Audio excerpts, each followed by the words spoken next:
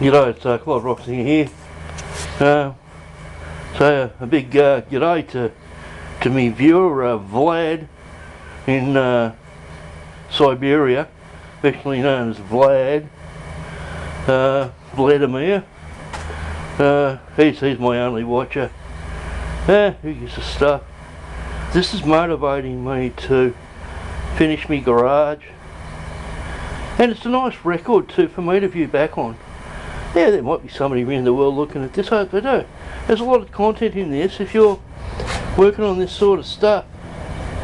There are things being learned here. I've never had a press before, and I pressed that thing out. This was real handy for getting that plate straight. Not all of that is going to be used, but it's, yeah, that'll do. It'll tighten down alright. If it's a little bit lumpy, I can still press it a little bit. This thing caught me a couple of times. What I thought was going to be relatively light turned out to weigh about 200 pounds. To pick that up, I'd have to power lift it up. I think in actual fact this is well over 100 pounds. It's really heavy, and I didn't think it'd be that heavy. And I had my hand on it, and with my arthritis it twisted my wrist by gee it hurt. So yeah, in the early days I'd have been strong enough to steady it, but it was so heavy it just wrenched my wrist down. It was really heavy. Look how thick the metal is. This thing really is heavy. That metal there, whereas I can't see it, that would be inch thick metal. So this is actually quite heavy. And I had that trolley. That's for testing dynamics, and it turns out it's come in really handy for ferrying things around the shop. And it's got blow up tyres on it too, so if you get something really heavy I can inflate the tyres, put a few more pounds in there. And I've actually got a tyre gauge, a fancy one, that's got a gauge face on it, so I've got to find that.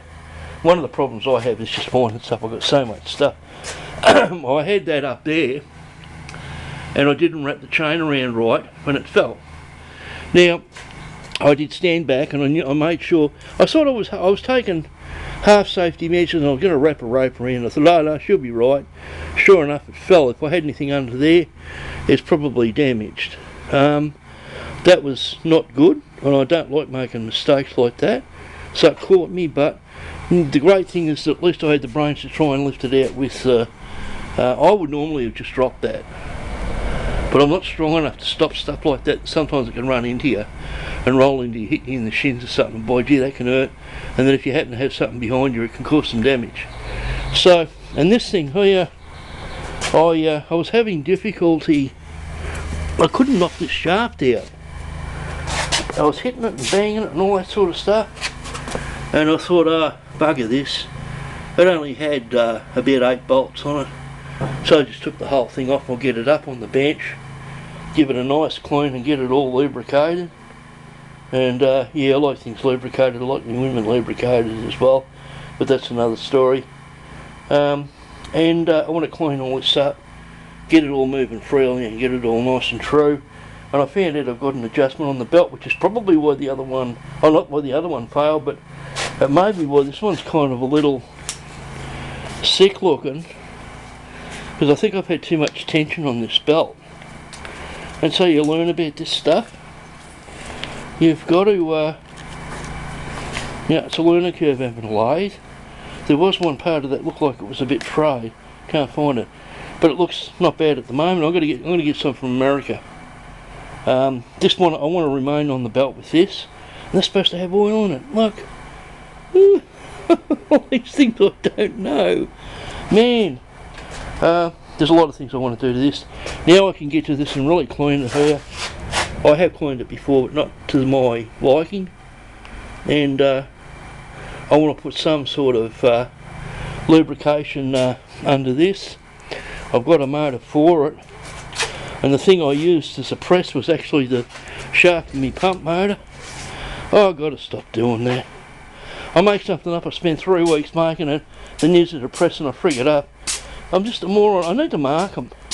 I need to write on it what it is. Where is it? Where's that shaft? I made it there, I think. Yeah.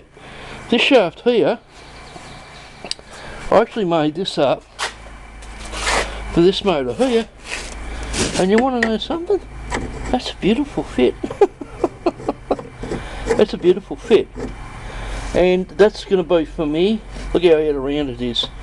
That's because I machined the outside, then I bored the centre. So what I've got to do now is put that in a couple of cones and get the other side, the outer round. I didn't have a dial gauge when I machined that.